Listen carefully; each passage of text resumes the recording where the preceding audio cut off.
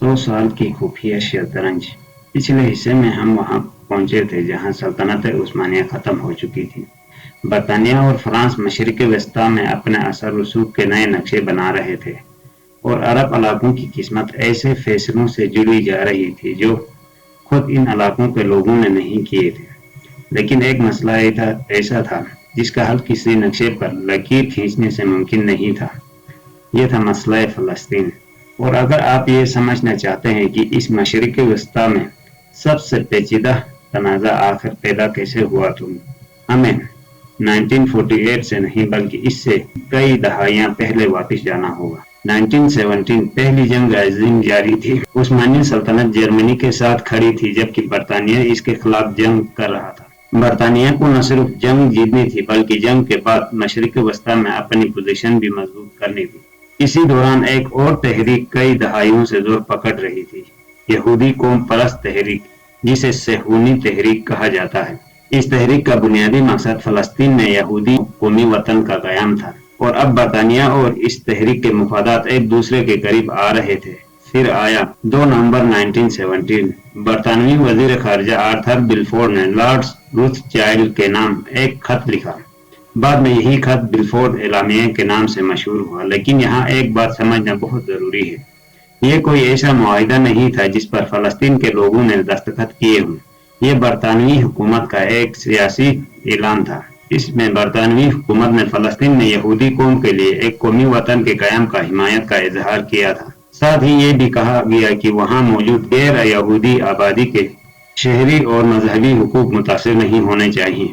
सुनने में ये एक मुख्तार बयान लगता है, लेकिन असल सवाल ये था, फ़लस्तीन के सियासी मुस्तकबिल का फैसला करने का इख्तियार बरतानिया के पास आया कहाँ से? और यहाँ कहानी मज़ीद पेचीदा होती है, क्योंकि इसी जंग के दौरान बरतानिया अरबों के साथ भी राब्ते में था।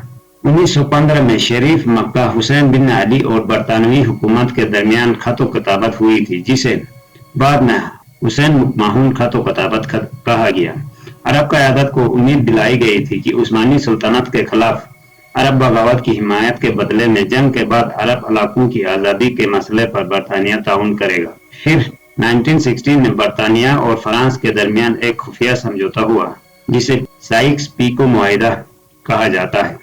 यह मुआहिदा मार्क साइक्स और फ्रांसोis पीको के नाम से मंसूब था। इसमें उस्मानी अरब इलाकों को बरतानिया और फ्रांस के मुफादात और असर के मुख्तलिफ दायरों में तकसीम करने का मंसूबा बनाया गया। यानी एक तरफ अरबों से मुस्तकबिल की आज़ादी की बातें हो रही थी, दूसरी तरफ बरतानिया और फ्रांस जंग के बाद इसी खित्ते को अपने असर रसूख के इलाकों में तकसीम करने पर बात कर रहे थे। और फिर 1917 में इसी बरतानिया ने फ़लस्तीन में यहूदी कौमी वतन की हिमायत भी कर दी। तो अब सवाल पैदा होता है, बरतानिया ने आखिर इतने मुख्तलिफ वादे क्यों किए? इसका एक ही जवाब नहीं। जंग के दौरान बरतानिया को मुख्तलिफ ताकतों और ग्रोहों की हिमायत दरकार थी। मशरिक़ वस्ता में फौजी और तिजारती मुफादात थे। नहर सुइस इंतहाई अहम थी। हिंदुस्तान तक बरतानवी रास्ते की हिफाजत जरूरी थी और फ़लस्तीन की जुग्राफियाई हैसियत भी गैर मामूली थी। इसलिए जंग के दौरान किए गए वादे एक दूसरे से टकराने लगे और जंग खत्म होने के बाद इन वादों का हिसाब सामने आना था। 1918 में उस्मानी सल्तनत का खात्मा हो गया। अब सवाल था, उस्मानी इलाकों के साथ क्या किया जाए? यहाँ बरतानिया और फ्रांस ने एक बार फिर फैसलासाजी में मरकजी किरदार अदा किया। 1920 में इटली के शहर सान रेमो में इत्तेहादी ताकतों की कॉन्फ्रेंस हुई। यहाँ उस्मानी सल्तनत के साबिक अरब इलाकों के बारे में मैंडेट का निज़ाम आगे बढ़ाया गया। फ़लस्तीन का इंतजाम बरतानिया के सुपुर्द होने वाला था। शाम और लेबनान फ्रांस के ज़ेर असर चले गए और इस फैसले ने एक इंतहाई अहम चीज की, बिलफोर्ड एलामिया को अब सिर्फ एक खत नहीं रहने दिया गया। फ़लस्तीन के लिए बनने वाले मैंडेट के अंदर यहूदी कौमी वतन के क़याम से मुतल्लिक बरतानवी पॉलिसी को शामिल कर दिया गया। 1922 में लीग ऑफ नेशंस ने बरतानवी मैंडेट की मंजूरी दी। अब बरतानिया के पास फ़लस्तीन का इंतजामी इख्तियार था, लेकिन मसला यह था, फ़लस्तीन में पहले से एक बड़ी अरब आबादी थी और अब इसी सरजमीन में यहूदी कौमी वतन के क़याम को भी बरतानवी इंतजाम का हिस्सा बनाया जा चुका था। यही वो तज़ाद था जो आने वाली दहाइयों में मज़ीद गहरा होने वाला था। बरतानवी मैंडेट के दौरान यहूदी हिजरत में इजाफा हुआ। दुनिया के मुख्तलिफ हिस्सों से यहूदी फ़लस्तीन आते गए, ज़मीन खरीदी गई, नई बस्तियां कायम हुई।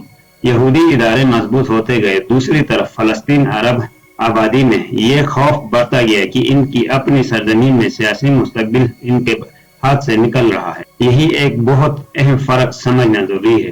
یہ تنازع صرف مذہب کا تنازع نہیں تھا، یہ زمین، آبادی، سیاسی اختیار اور قومی مستقبل کا تنازع بھی تھا۔ ایک طرف یہودی قومی وطن کا تصور مضبوط ہو رہا تھا، دوسری طرف فلسطینی عرب قومی شناخت اور اپنے سیاسی حق کے لیے مزاحمت کر رہے تھے، اور برطانیہ دونوں کے درمیان اپنا انتظام چلانے کی کوشش کر رہا تھا۔ لیکن جتنا وقت گزرتا گیا اتنا ہی یہ توازن مشکل ہوتا گیا۔ تشدد بڑھا، بغاوتیں ہوئی، برطانیہ نے فوجی طاقت استعمال کی، اور آخر کار لندن کو احساس ہوا کہ وہ اس مسئلے کا مستقل حل نکالنے میں ناکام ہو رہا ہے۔ پھر دنیا ایک ایسے واقعے سے گزری جس نے مسئلے کی شدت کئی گنا بڑھا دی۔ دوسری جنگ عظیم۔ نازی جرمنی نے یورپ کے یہودیوں کے خلاف منظم نسل کشی کی اور لاکھوں یہودی قتل ہوئے۔ جنگ ختم ہوئی تو دنیا کے سامنے ایک انتہائی مشکل سوال تھا، بچ جانے والے یہودیوں کے لیے محفوظ مستقبل کہاں ہوگا؟ صہیونی تحریک پہلے ہی فلسطین میں قومی وطن کا مطالبہ کر رہی تھی، اب اس مطالبے کو جنگ کے بعد کی دنیا میں مزید طاقت ملی۔ برطانیہ کے لیے صورتحال تقریباً ناقابل انتظام ہو گئی اور بالآخر فلسطین کا مسئلہ اقوام متحدہ کے سامنے چلا گیا۔ 1947 اقوام متحدہ نے ایک خصوصی کمیٹی بنائی تاکہ فلسطین کے مستقبل کے بارے میں سفارش کی جا سکے۔ کئی تجاویز زیر بحث آئیں، آخر کار جنرل اسمبلی کے سامنے تقسیم کا منصوبہ آیا۔ 29 نومبر 1947 میں 181 قرارداد کی منظوری ہوئی۔ اس منصوبے میں فلسطین کو ایک عرب ریاست اور ایک یہودی ریاست میں تقسیم کرنے کی سفارش کی گئی تھی، جبکہ یروشلم کے لیے ایک خصوصی بین الاقوامی انتظام تجویز کیا گیا تھا، اور قرارداد 181 کے حق میں 13 اور مخالف میں 10 اور غیر حاضر 33 تھے۔ 2/3 اکثریت سے منظور ہوئی۔ یہاں پھر ایک بنیادی بات سامنے آئی تھی، یہ قرارداد ریاست اسرائیل کا قیام نہیں تھی، یہ ایک تقسیم کا منصوبہ تھا۔ یہودی قیادت نے اسے قبول کیا، عرب قیادت نے اسے مسترد کر دیا، کیونکہ عرب قیادت کے نزدیک یہ منصوبہ فلسطین کی اکثریتی آبادی کے سیاسی حق اور خود اختیاری کے ساتھ انصاف نہیں کرتا تھا، اور پھر حالات قابو سے باہر ہونے لگے۔ تشدد بڑھا، عرب اور یہودی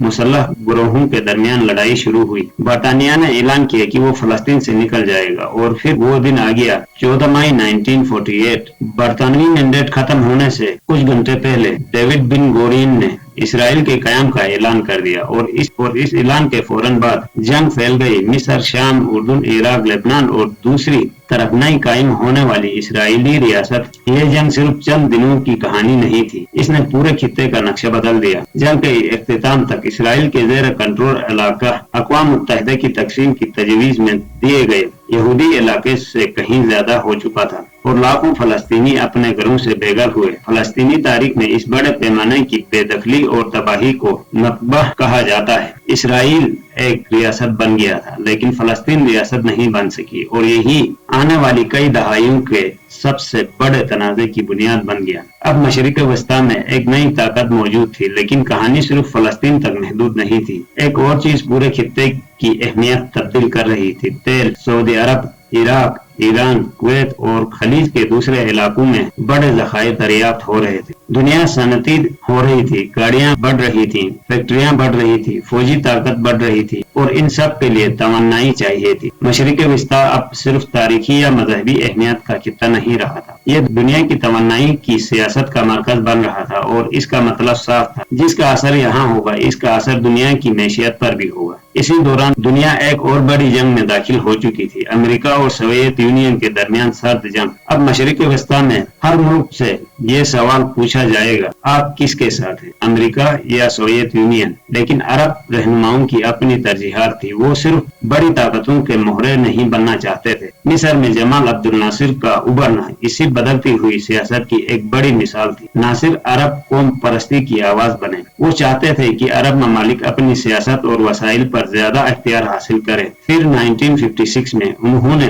نہر سوئس کو قومی ملکیت میں لینے کا اعلان کر دیا۔ یہ نہر یورپ اور ایشیا کے درمیان سمندری تجارت کا انتہائی اہم راستہ تھی۔ برطانیہ اور فرانس کے لیے یہ فیصلہ صرف اقتصادی مسئلہ نہیں تھا، یہ ان کے خطے میں باقی ماندہ اثر و رسوخ کے لیے بھی ایک بڑا دھچکا تھا۔ اسرائیل بھی اس بحران میں شامل ہوا۔ جنگ شروع ہوئی، لیکن پھر امریکہ اور سوویت یونین کے دباؤ نے صورت सूरत-हाल बदल दी। बरतानिया और फ्रांस को पीछे हटना पड़ा और नतीजा नासिर अरब दुनिया में पहले से ज्यादा मकबूल हो गए, जबकि बरतानिया और फ्रांस को ये एहसास हो गया कि मशरिक वस्ता अब इनके पुराने नौआबादियाती दौर जैसा खित्ता नहीं रहा। फिर 1967 आया और सिर्फ 6 दिन में नक्शा एक बार फिर बदल गया। इसराइल और मिस्र, शाम और उर्दून के दरमियान जंग हुई। जंग के इख्तिताम तक इसराइल ने मिस्र से जजीरनुमा, सीना और गजा, उर्दून से मगरबी किनारा और मशरकी यरूशलेम, जबकि शाम से गोलान की पहाड़ियों पर कब्जा कर लिया। अब फलस्तीनी मसला मजीद पेचीदा हो चुका था, क्योंकि फलस्तीनी इलाकों का एक बड़ा हिस्सा इसराइली फौजी कब्जे में आ चुका था। फिर अक़वाम मुत्तहिदा की 247 करारदाद सामने आई। इस करारदाद ने जंग के बाद खित्ते में अमन के लिए उसूल वाज़ेह करने की कोशिश की, जिनमें जंग के जरिए हासिल किए गए इलाकों से इसराइली फौज के इनखिला और खित्ते की रियासतों के अमन और सलामती के साथ रहने के हक जैसे उसूल शामिल थे। लेकिन करारदाद आ गई, मसला हल नहीं हुआ, क्योंकि असल सवाल फिर वही था, कौन सा इलाका, कौन सी सरहद, किसकी खुद मुख्तारी और किस शर्त पर। फिर 1973 मिस्र और शाम ने इसराइल के खिलाफ अचानक हमला किया। मिस्र सेना के इलाके में पेश कदमी करना चाहता था, शाम गोलान की पहाड़ियों को वापस लेना चाहता था। जंग शुरू हुई। इसराइल ने इब्तिदा में मुश्किल का सामना किया, लेकिन बाद में हालात इसके हक में बदल गए। अमेरिका ने इसराइल की हिमायत की, सोवियत यूनियन अरब ममालिक की हिमायत कर रहा था। दुनिया को खदशा होने लगा कि कहीं ये जंग बराह रास्त बड़ी ताकतों के दरमियान तसादुम न बन जाए। लेकिन इस जंग का एक और नतीजा पूरी दुनिया ने महसूस किया।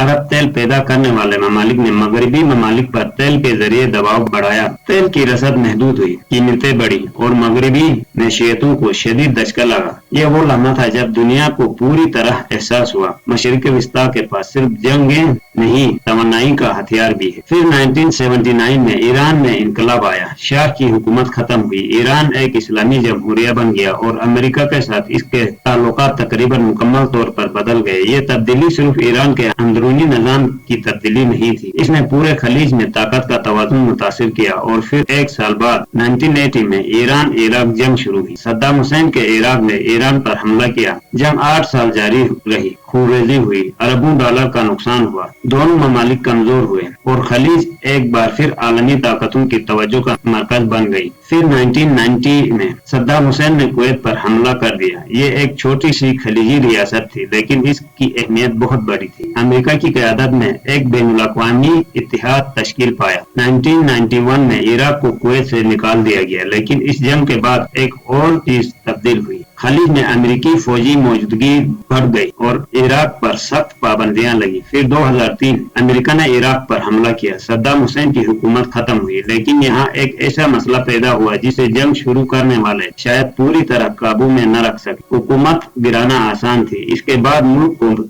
मुस्तहकम करना आसान नहीं था। इराक में रियासती इदारे कमजोर हुए, फिर कवाराना तशद्दुद बढ़ा, मुख्तलिफ मुसल्लह गुरोह उभरे और इसी इंतशार ने बाद के बरसों में शिद्दत पसंद तंजीमों के लिए भी जगह बनाई। फिर 2011 में अरब दुनिया में एहतिजाज की एक नई लहर उठी। ट्यूनिस से शुरू होने वाली तहरीक मिस्र पहुंची, फिर लीबिया, फिर यमन और फिर शाम। शाम में एहतिजाज शुरू हुआ, हुकूमत ने सख्त कार्रवाई की, मुसल्लह मुजाहिमत बढ़ी और चंद ही अरसे में मुल्क खाना जंगी में दाखिल हो गया। लेकिन इस बार भी मशरिक विस्ता की पुरानी कहानी दोहराई गई। बाहर की ताकतें अंदर आ गईं। रूस ने शामी हुकूमत की हिमायत की, ईरान ने भी शामी हुकूमत की मदद की, अमेरिका ने मुख्तलिफ अदवार में मुख्तलिफ मुखालिफ गुरोहों और शिद्दत पसंद तंजीमों के खिलाफ कार्रवाई की। तुर्की ने अपनी सलामती और सरहदी मुफादात के बाइस मुदाखिलत की और यूं शाम सिर्फ शामियों की जंग नहीं रहा, ये एक ऐसी जंग बन गया जिसमें कई ताकतों के मुफादात एक दूसरे से टकरा रहे। अब जरा पीछे हटकर पूरा नक्शा देख। 1916 साइक्स-पिको एग्रीमेंट, 1917 बिल्फोर एलामिया, 1920 सान रेमो, 1922 बरतानवी मैंडेट, 1947 तकसीम फलस्तीन की करारदाद, 1948 इसराइल का कयाम और पहली अरब इसराइल जंग, 1967